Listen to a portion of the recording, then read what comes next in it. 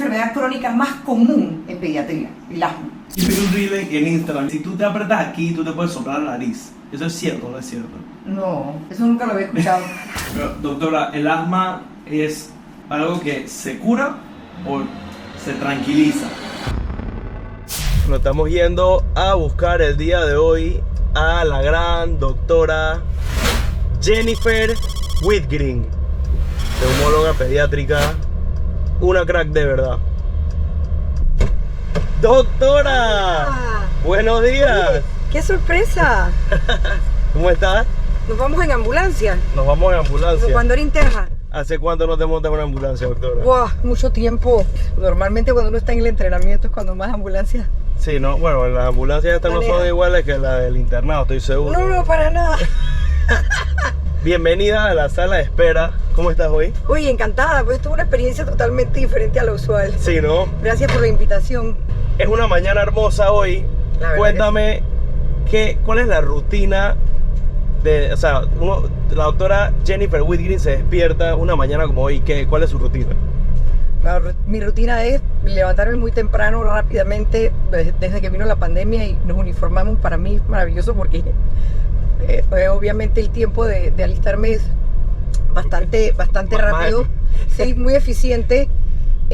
Pues nada, desayuno, me aseguro de desayunar muy bien. Y ¿Qué desayunas normalmente? Normalmente desayuno fruta y huevo revuelto con una tostada de pan integral. Ya escucho a la gente que le gusta la hojaldra y la carimañola. No, ni hojaldra ni carimañola, está prohibido. A mí se me sube el colesterol, o sea que no. Casi siempre soy muy de rutinas en lo que como. Y mi café, por supuesto. Sí, no, sin café no. Un buen vaso de agua, no tomo jugos. Y bueno, salgo temprano, trabajo en la Caja del Seguro Social en el Hospital de Especialidades Pediátricas. Ahí me encargo de ver pacientes con fibrosis quística y asma severa. Veo básicamente la clínica de pacientes complicados. Yo estoy en un tiempo acortado a propósito en esa instalación para dedicarme a pacientes de alta complejidad. Entonces generalmente trabajo medio tiempo y de ahí entonces a partir de las 10 o 11 de la mañana me voy al hospital Punta Pacífica. O sea que tenemos 2 sucursales actualmente. Tiro y tiro. Sí, tiro y tiro. Esto es un centro de enfermedades respiratorias en donde asistimos puros especialistas que tienen que ver con la parte respiratoria, otorrino, neumólogo de adultos, neumólogo pediátrico. Yo soy la directora y fundadora de este centro y hoy en día tenemos 2 sucursales, nos sentimos muy orgullosos de eso. Care, ¿verdad? Care, exactamente. Vamos a hablar de eso y de neumología ahorita que llegamos a la sala de espera, pero ahorita, doctora, cuéntame, quitando el prefijo de doctora, ¿quién es Jennifer Whitgreen? Bueno, Jennifer Whitgreen, ¿qué te puedo contar? Tuve la experiencia de cuando era muy joven, después de haber estado en María Inmaculada, mis padres me enviaron a Suiza, estudié 2 años allá, lengua, idiomas. Me encantó la experiencia, uno de mis países preferidos. Y después de eso quise estudiar veterinaria en México, pero cuando traté de entrar a los exámenes de admisión habían pasado y me hacían esperar 1 año más. Por lo cual mi mamá me convenció y me dice: Jennifer, pues ¿qué te parece si pruebas a entrar a medicina? Los exámenes no han todavía, estés en otro estado. No han abierto. No han abierto y bueno, traté de entrar a medicina, entré, hice mi primer año y nunca me cambié.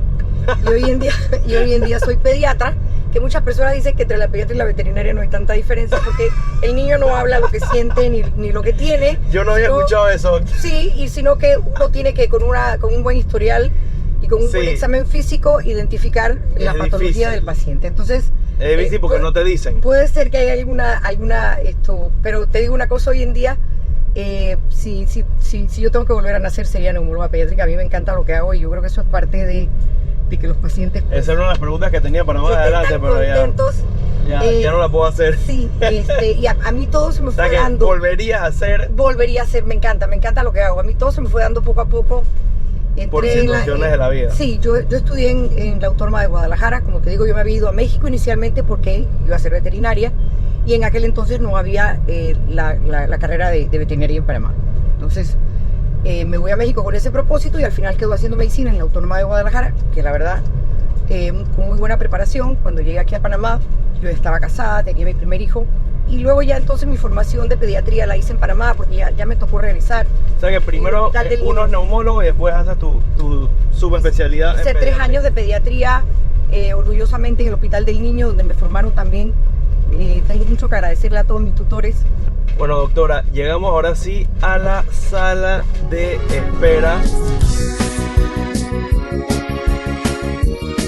Bienvenidos hoy a la sala de espera con la doctora Jennifer Whitgreen. Bienvenida, doctora, ¿cómo estás? Qué gusto, muy bien, muy bien. Muchísimas gracias por el espacio. Muchísimas gracias. Súper gracias a ti, de ¿verdad? A la población.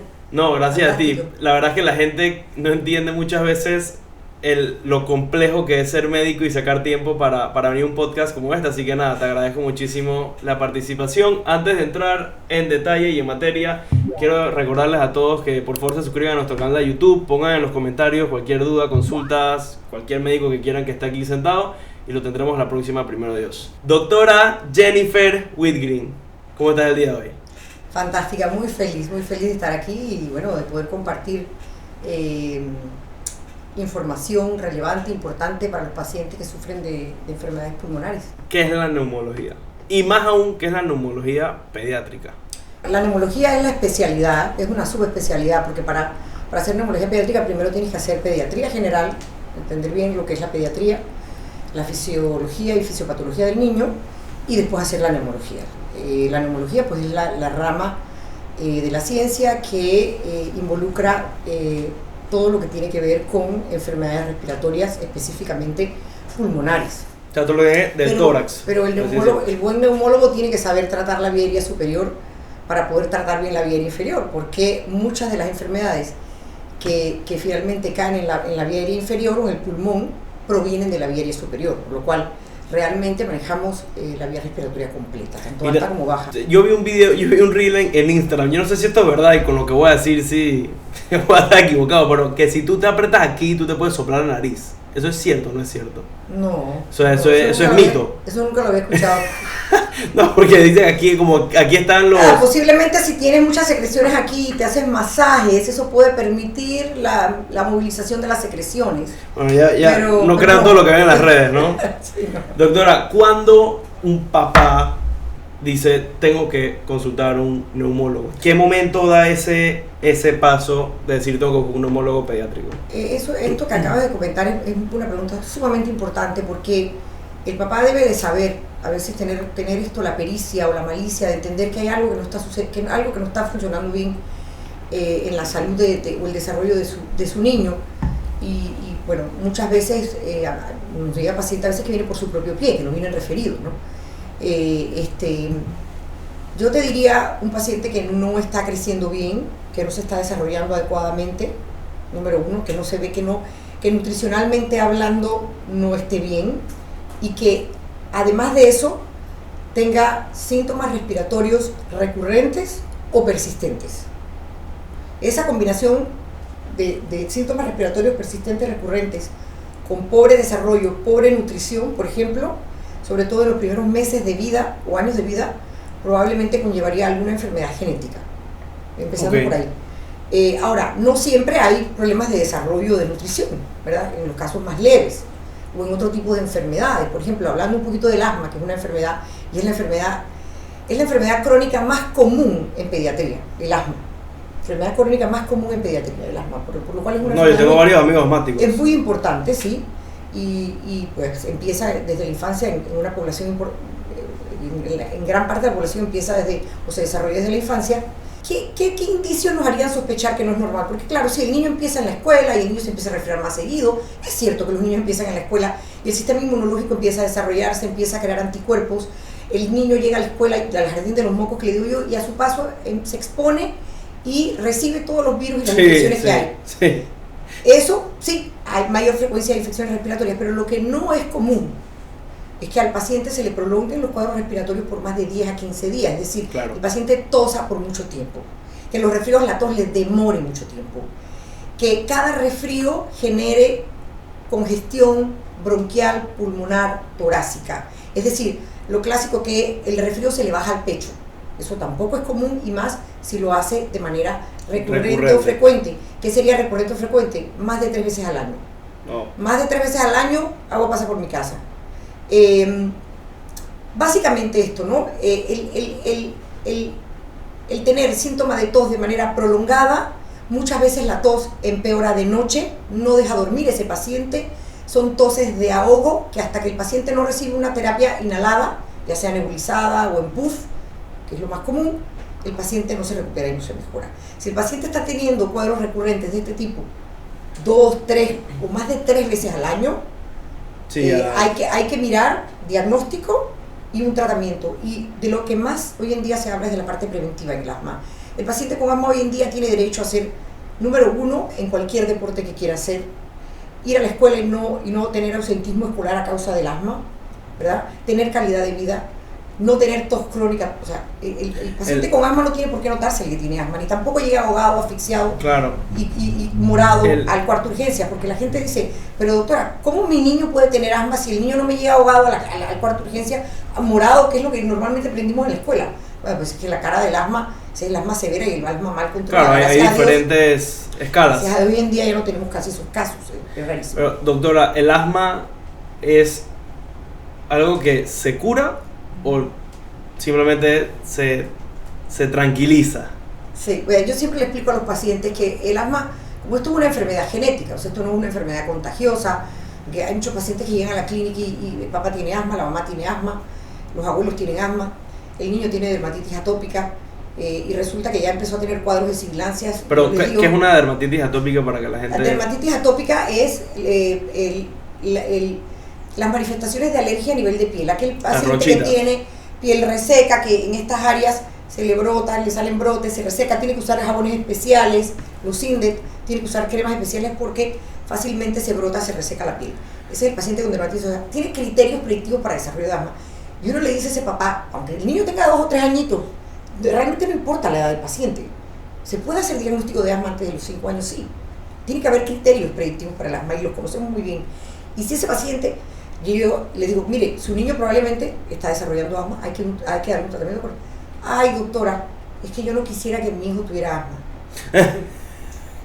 O sea, de verdad, te lo digo. No. Me llegan los pacientes y de verdad, te lo digo en serio. Nadie quisiera, claramente, ¿no? Pero si ya lo tiene, hay que tratarlo. Yo le digo, bueno, yo tengo reflujo, yo no quisiera tener reflujo. Yo tengo gastritis crónica y tampoco quisiera tener gastritis crónica. O sea, sí, pero hay que tratarlo. Uno no elige las enfermedades. De acuerdo. Entonces yo, para que se ría, le digo, bueno, pues está bien, pues tíralo para atrás, mándalo a hacer de vuelta. ¿Qué vas a hacer? Digo todo esto porque es importante hacer el diagnóstico. O sea, muchas veces los pacientes están en negación y llegan a la clínica en negación, claro, esperando que tú les digas que el niño tiene un resfriado común. Claro. ¿Y tú crees que buscan otro doctor que le diga que no tiene asma? Yo creo que sí, sí puede ser, ¿eh? O sea, cuando el médico, a mí eso casi no me pasa, quizá me pasaba al principio. El doctor siempre, o sea, el paciente siempre quiere al doctor donde le dice, sí, no se tiene que operar. No siempre tenemos cosas bonitas que decir, pero en la medicina siempre hay cosas positivas de las que tú tienes que hablar y tienes que utilizar lo positivo de cada enfermedad para alentar a ese paciente a aceptar su enfermedad y a tratarla de manera adecuada. Entonces, yo pienso que si educamos bien al paciente y se le explican las cosas, como te digo, yo lo hago reír y le digo, mándalo para atrás, o sea, vuélvelo a hacer de vuelta. Entonces ya con eso se ríe un poco y ya con eso se relaja un poco la consulta.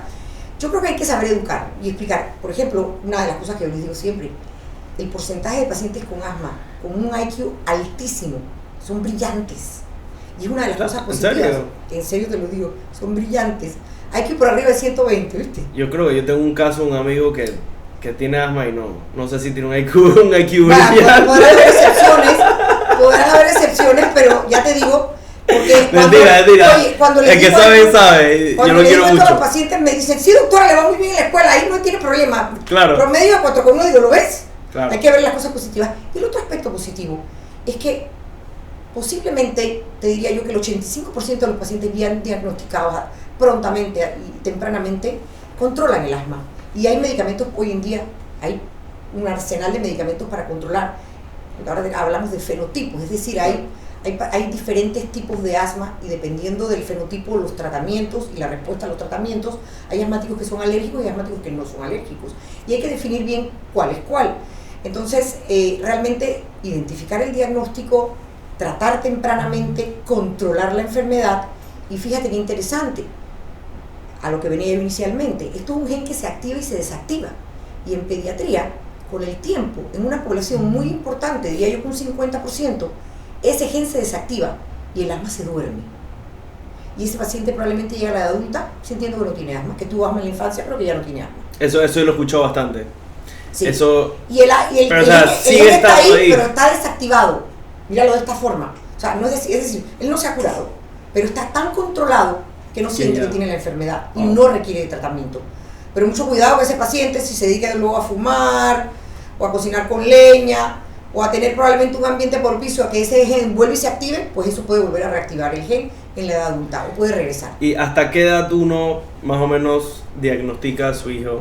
Digamos, ya pasó esta edad, ya no, estoy seguro que no tiene asma. Bueno, normalmente hablamos de un fenotipo, y para mí es un fenotipo de asma, que del paciente, por ejemplo, menor de 5 años, que esporádicamente hace cuadros de sibilancia o de broncoespasmo inducido por infección vírica, ¿no? Hace 1, 2, 3 episodios después de los 5 años, no vuelve a hacer más nunca nada, y son pacientes que no tienen antecedentes de alergia, dermatitis atópica, lo que hablábamos, papá y mamá no sufren ni de alergias ni de asma. Quizás ese es el tipo de paciente que después de los 5 años deja de sibilar, pero usualmente es un paciente con síntomas esporádicos de vía hiperreactora y sin ningún antecedente ni familiar ni del propio paciente de alergias. ¿Cuáles son esos mitos que existen de... Bueno, yo creo que existe algo es que hay, no sé, no quiero mentir, pero existe la forma que tú trates la crisis puntual, como por ejemplo, no sé, mi hijo llegó al cuarto de urgencia porque estaba con el pecho apretado y y le dieron medicamentos, y listo, para su casa. Versus tratar la condición, o sea, hacer un plan de tantos medicamentos por tantos días, por tantos años, no sé cómo funciona. ¿Cuál es el tratamiento en tiempo usual para tratar asma? ¿Y cuáles son esos mitos de que la gente que dice que no, yo no le quiero dar medicina a mi hijo? O no, que si yo le doy mucho antibiótico se va a volver inmune. ¿Qué son esos mitos y cómo lo podemos desmentir en cuanto al asma en particular? Bueno, ahí en esa pregunta van varias cosas. No, sí, no, perdón. Sí, no, me pasé. Tranquilo. Sí, empiezo primero por cómo manejar el asma. O sea, hay diferentes tipos de asma. Hay pacientes asmáticos que tienen asma intermitente y hay pacientes que tienen asma persistente, ¿no? El paciente con asma intermitente es aquel paciente que se activa muy esporádicamente, una vez al año, si te gusta, una vez cada 2 años, y posiblemente las exacerbaciones no ameritan de una hospitalización, ni de unidad de cuidados intensivos, ni nada. Esto es como un puff. Y posiblemente ese es el paciente que se trata nada más en la fase aguda y ahí no ha pasado nada, ¿verdad? Pero aquel paciente que está recayendo frecuentemente, es decir, está recayendo más de 2 o 3 veces al año, y sobre todo, ¿qué tipo de medicación utiliza cada vez que cae? Si cada vez que recae requiere del uso de corticoide oral o sistémico, o tiene que ir a los cuartos de urgencia a tratarse, ese es un paciente que tiene asma persistente, o se hospitaliza. El paciente que se hospitaliza es un paciente con cierto grado de asma que hay que tratar a largo plazo y prevenir. ¿Por qué? Porque si ese paciente no se trata con un medicamento controlador a largo plazo, se va a volver a hospitalizar. Y es lo que clásicamente vemos, ¿no? Nos llegan pacientes que cuando hacemos la historia clínica, es un paciente que ha estado 3 veces hospitalizado. Uno dice, ¿cómo es posible? Si esto, después de la primera vez, en la mayoría de los pacientes es totalmente prevenible, la segunda y la tercera hospitalización. Pero la familia no lo sabe. Y solamente el apagafuego, que le digo yo. Claro, el apagafuego. El tratamiento de fase aguda. ¿Y por qué el tratamiento de fase aguda? Porque es que a mí me da miedo que mi niño, cuando le pongan los corticoides inhalados a largo plazo, no vaya a crecer. A mí me han dicho que ese medicamento produce dependencia y una vez que se lo ponemos ya no lo va a poder suspender más nunca, doctora, porque es porque se vuelve adicto. Es una droga que lo hace adicto y más nunca. Eso es totalmente falso. Ningún corticoide inhalado produce adicción. Los corticoides inhalados, una vez que el paciente ya ha superado el problema o lo ha controlado, se pueden ir bajando y llega el punto en que el paciente ya no necesita de nada. Pero esto tiene mucho que ver con cómo está el sistema inmunológico del paciente, el desarrollo del paciente y cómo ha sido tratado a lo largo del tiempo. O sea, son muchos factores los que están involucrados. Claro. No es un tema de dependencia al medicamento. El niño que requiere todavía del tratamiento y que no se le puede suspender es porque inmunológicamente su sistema todavía hiperreacciona. Y si no le das tratamiento va a ser peor. Claro, lo necesita. Porque la gente le tiene mucho temor, pero sin embargo, fíjate, yo siento que cada vez la gente está muy bien educada. Porque cuando recién me gradué de neumóloga en el 2006, yo me acuerdo que al principio, el primer año, era muy difícil poner un corticoide inhalador a un paciente. La gente se iba, no regresaba porque no querían los inhaladores. Hoy en día hay mayor aceptación de este tema y esto debido a este tipo de canales informativos. Cada vez estamos educando más y la población está entendiendo que estos tratamientos son importantes. Porque lo que y efectivos. Por supuesto que son efectivos y eficaces. Y lo que queremos es prevenir la exacerbación, porque cada exacerbación puede ser peor. Yo le explico a los pacientes, esto es como una bola de nieve, que si tú la dejas correr y correr y correr, la bola de nieve se va haciendo cada vez más grande. Siempre pongo de ejemplo a aquel paciente que se hospitalizó 9 veces, una hospitalización por año. Wow. Nunca fue con un especialista. Él le decían que era normal, que como su niño tenía asma, tenía derecho a hospitalizarse. Y la 9ª hospitalización fue en intensivo y ahí es donde yo lo conozco. Yo digo, pero señora, 9 hospitalizaciones, ¿cómo es posible? Ningún tratamiento preventivo, puro tratamiento de fase aguda. Y la última hospitalización en unidad de cuidados intensivos, en donde duró 1 mes y medio. Claro, eso, a partir de ahí se trató eso es lo que uno quiere evitar. Corticoides inhalados a largo plazo, más nunca regresó ni al cuarto de urgencias. Wow. No, eso es lo que hace este tratamiento, ¿no? ¿Cuánto más o menos dura un tratamiento? ¿Cómo funciona el tratamiento preventivo? Es muy variable. O no sé si preventivo la palabra, preventivo, pero... controlador, sí. Bueno, doctora, vamos a hacer una breve pausa porque llegó la ambulancia. Y ahora vamos a hacer una ronda de preguntas rápidas. Eso está súper cute. Gracias. Este es mi regalo para llevármelo a casa. ¿Me lo puedo llevar? Sí, te lo puedo llevar. Pero yo cumplo el 25, no el 10. Ah, bueno, el 10 es mi fecha. No. Doctora, esta es una ronda de preguntas rápidas que no pienses la pregunta, o sea, no pienses la respuesta, perdón, nada más dispara y después vamos a continuar de vuelta con la otra parte del podcast. ¿Estás lista? Ok. ¿Cuántas vacunas de COVID te pusiste? 4. ¿Cuántas horas duermes en promedio? 6. ¿Cuál es tu restaurante favorito aquí en Panamá? Uy. Tengo muchos. No, pero digamos el que, no sé, te invitan así, no sé, tu esposo te invita a un date, tú dices que vamos con toda. Es que tengo muchos. Esta pregunta está muy difícil. Uno. No estamos haciendo publicidad a nadie, pero para que nos mandan el lunch mañana. ¿Cuál sería? Sí.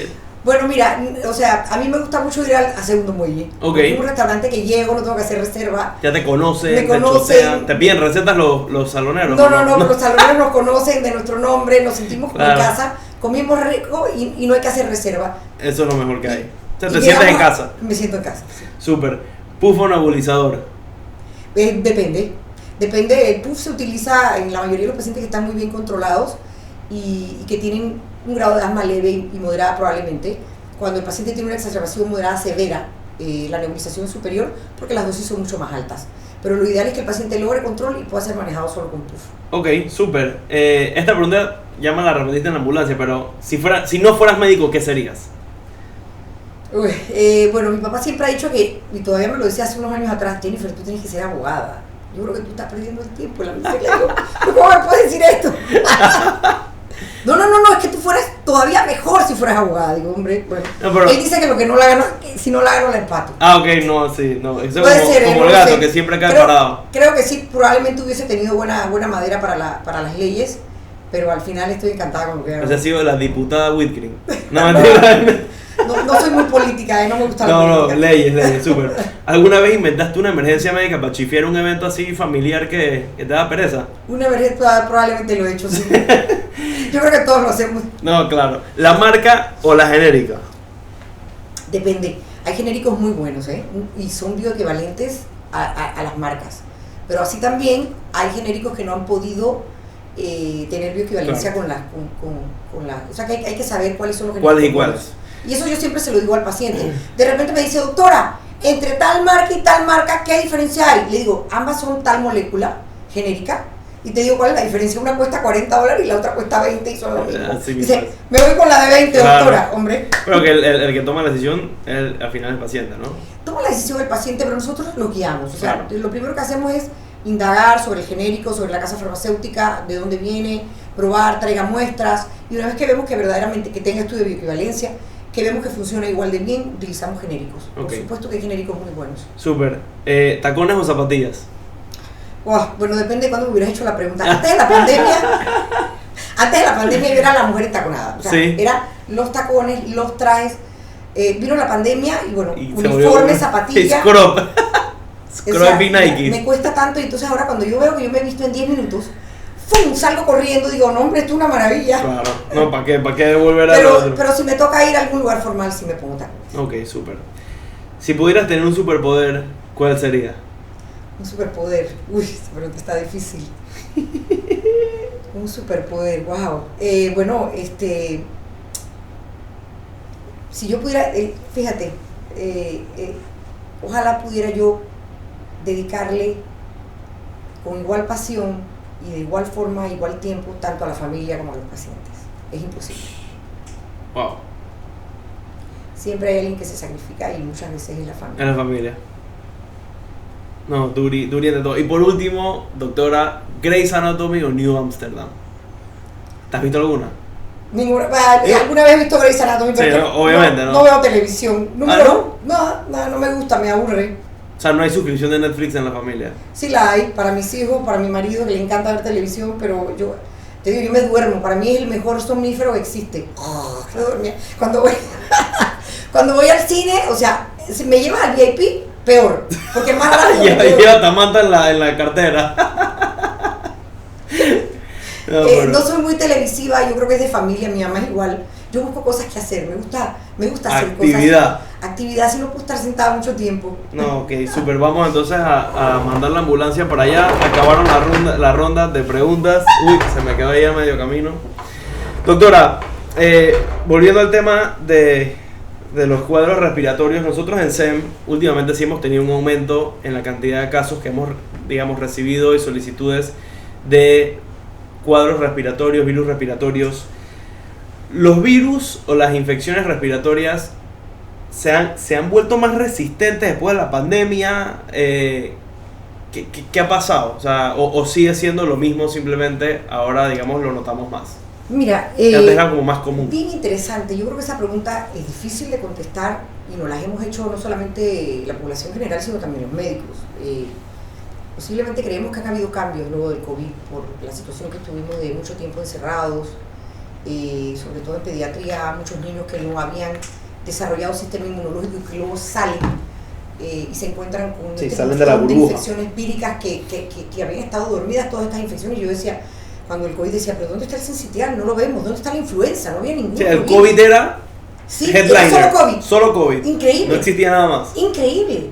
Y otra de las cosas que encontramos, por ejemplo, el año pasado, hay que ver cómo nos va a ir este año, porque apenas empezamos el periodo lluvioso, la época difícil para nosotros, en donde empezamos a estar muy activos por la afluencia o la mayor afluencia de pacientes con infecciones víricas. Pero te pudiera decir que el año pasado y el antepasado vimos unas cosas que por lo general no estábamos acostumbrados a ver. Por ejemplo, multiplicidad de infecciones a la vez. Virus con bacteria, 2-3 virus, una bacteria. O sea, combinación, sí. Por ejemplo, el sincitial respiratorio, que por lo general es una entidad, la bronquiolitis por sincitial respiratorio, bastante conocida, yo creo que la población se educa bastante sobre el tema. Menores de un año, poco generalmente se asociaba con infecciones bacterianas, y el año pasado vimos un gran número de pacientes con otitis, con neumonía asociado al sincitial respiratorio. Entonces, como que posiblemente ha habido algún cambio, habrá que hacer los estudios retrospectivos para poder entender qué es lo que ha sucedido. No te puedo decir a ciencia cierta, yo creo que nadie te puede contestar esta pregunta, pero honestamente hablando, yo tengo ya 18 años de ser neumóloga y sí puedo comparar el antes y el después. El crecimiento de pacientes enfermos con multiplicidad, las hospitalizaciones del año pasado. Yo le digo a la gente, el año pasado fue un año de mucho trabajo. Yo creo que puedo decir que fue mi año, de todos los años, el que más trabajo tuve. Y no creo que haya sido porque voy progresando con más trabajo, bueno, en parte sí, pero fue una cosa, sobre todo de pacientes complicados hospitalarios. Que esperemos que este año las cosas como que calmen un poco y quizás regresemos a donde estábamos antes de la pandemia. Yo en el 2010 tuve una neumonía, yo me acuerdo que fue horrible, yo me acuerdo que la ambulancia, mis papás estaban de viaje y la ambulancia me vino a buscar, me acuerdo perfecto que eran carnavales y que los rabanes estaban reventando, no sé si era en la avenida Balboa o en la calle 50, pero me acuerdo perfecto, en el carnaval de la CIT, de esos momentos, ¿no? Pero, o sea, me acuerdo que fue horrible, o sea, fueron, no sé, 15 días hospitalizados, sí, me hospitalizaron. Sí, fue una neumonía complicada. No, hice una neumonía, lo que pasa es que no recuerdo mucho, porque era muy niño, pero tenía 10 años, 9 años. Lo que me decían era que al principio no sabían qué era, me hicieron una placa y me dijeron que era como una neumonía que estaba como oculta, neumonía oculta, no sé si eso es un término que existe hoy en día. Pero en ese momento... ¿Tiene neumonía o no tiene Sí, neumonía? sí, no, de que estaba oculta porque no la encontramos, pero estaba ahí. Oculta para el médico que no es un diagnóstico. Bueno, sí, saludos, no sé quién fue. Gracias a Dios salí de esa. Pero yo siento que desde ese momento hasta ahorita, la neumonía era como algo que estaba muy, muy puntual. Y en los últimos años, meses, he escuchado neumonía a diestra y siniestra.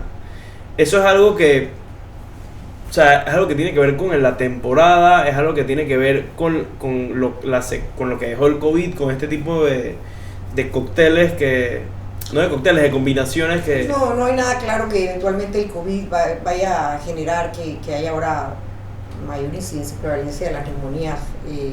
Yo pienso que no hay nada claro sobre ese tema. O sea, yo creo que no podemos aseverar que eso es así. Si bien es cierto, hubo muchos pacientes que pudieron sobrevivir al COVID y que quedaron con algunos daños asociados al COVID, sobre todo en la población mayor, en la población pediátrica, pocos casos tuvimos.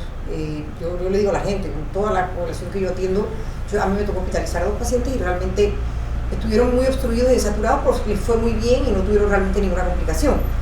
Pero sí es cierto que habrán personas que habrán quedado con alguna discapacidad o secuela pulmonar a causa del COVID, sobre todo en la población mayor, pero en general, por lo menos en pediatría, realmente yo no creo que la infección por COVID per se vaya a hacer que sus pacientes ahora tengan mayor predisposición a hacer neumonías, etcétera. Yo no creo eso. Doctora, y hablando de la población de pacientes que tú atiendes, ¿cuál es el rango de edad promedio que tú atiendes en pacientes? Pues desde que nacen, porque yo soy pediatra y nosotros nos entrenan para ver niños desde que nacen, sí, inclusive prematuros, con problemas pulmonares, hasta los 21 años.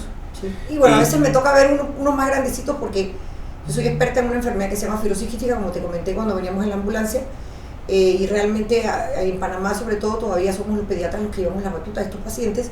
Muchos de ellos ya son adultos y nos toca verlos como adultos.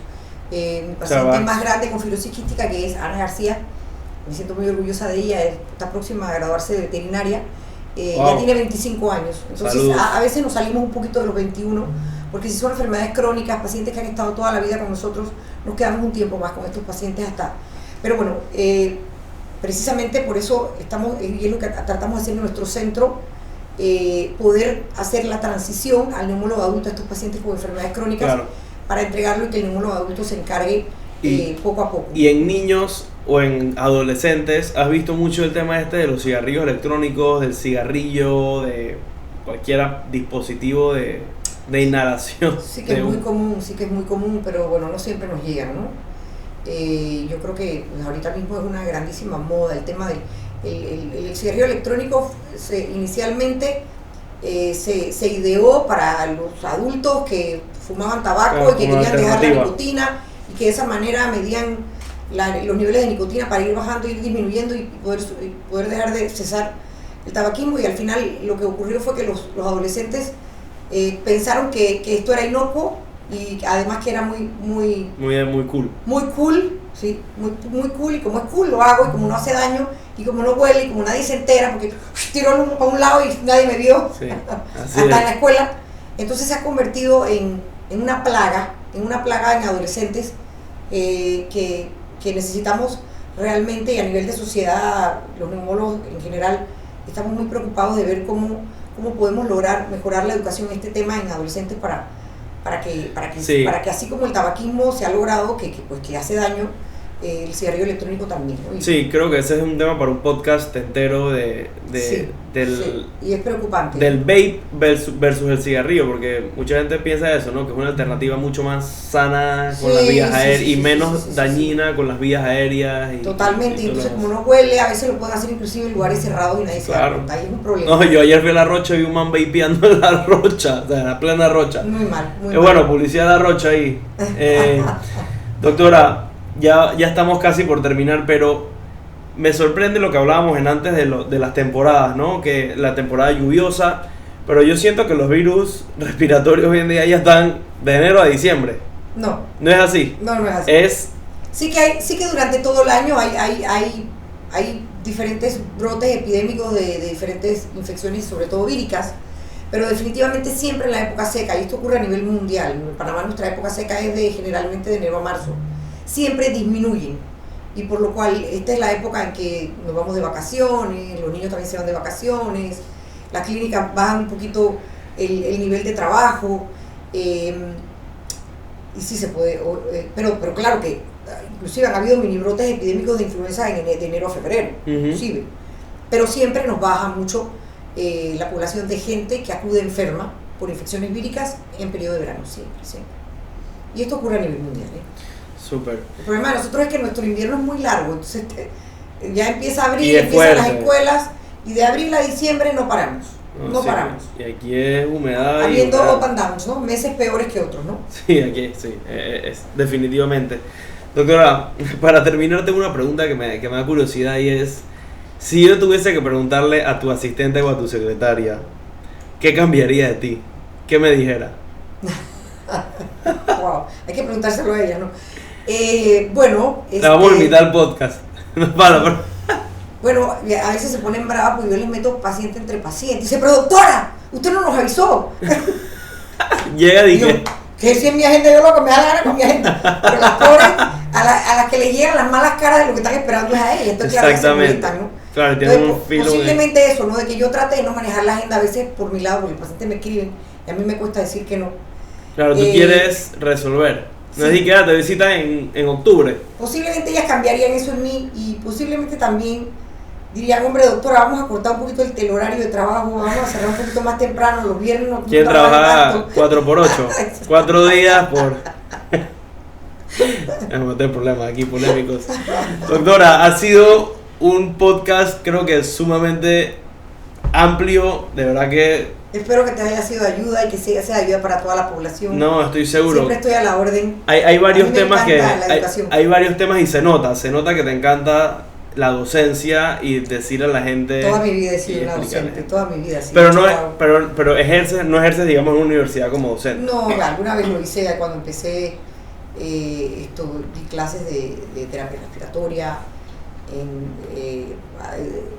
he dado clases, claro que sí, al principio cuando no tenía tanto trabajo, hoy en día no puedo, pero una de las cosas que hago a nivel público y una de las razones por la cual estoy a nivel público es entrenar a los residentes de pediatría en la parte de neumología pediátrica. Antes de terminar, doctora, ¿algún mensaje que quisieras darle a la gente que nos está viendo hoy?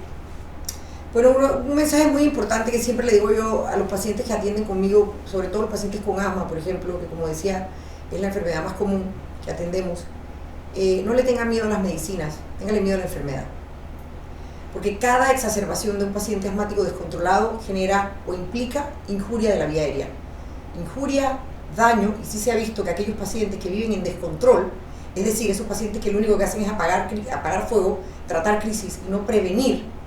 O sea, si tu niño puede tener 2 o 3 crisis al año, quizás, depende del grado de asma que tenga, en lugar de tener 10 crisis al año, esas 10 crisis al año que pudiste haber evitado, o esas hospitalizaciones anuales que pudiste haber evitado, pueden producir injuria a nivel de la vía aérea y pueden condicionar que ese paciente en la edad adulta llegue con una función pulmonar más baja de lo que debe haber llegado. Y esto es algo que la gente no le pone atención. Claro.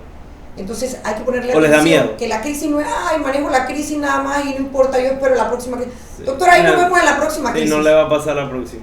Es correcto, y prefiero no hacer nada preventivo.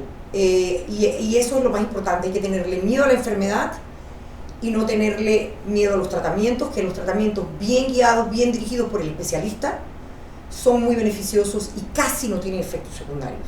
Tengo la cabeza llena de información útil que realmente antes, ¿sabes? Tú mismo me desmentiste demás varias preguntas. cosas que tenía ideas aquí que yo pensaba que era de X manera, pero realmente no es así. Y nada, agradecerles a todos los que nos estuvieron viendo hoy en nuestro podcast en la sala de espera con la doctora Jennifer Whitgreen. Gracias por sintonizarnos. La próxima, déjenos en los comentarios, acuérdense de suscribirse. Vamos a estar teniendo aquí varias sesiones de conversación con diferentes doctores, con diferentes profesionales de la industria. Así que quédate aquí para el próximo podcast de la sala de espera. Contamos con 2 sucursales ya, hemos crecido, estamos en Town Center, 4º piso, Arboleda, el 413, y también en el Hospital Punta Pacífica, 8º piso, 827. Ya saben, entonces lo vamos a poner ahí, Care Panamá, ¿verdad? Yes, Care Care Panamá. ¿Qué significa Care? Que el Centro de Atención Respiratoria Especializada. Ay, ay, ay. Pero bueno, Tus órdenes siempre. gracias por todo, doctora, y ha sido un placer. Nos vemos en la próxima.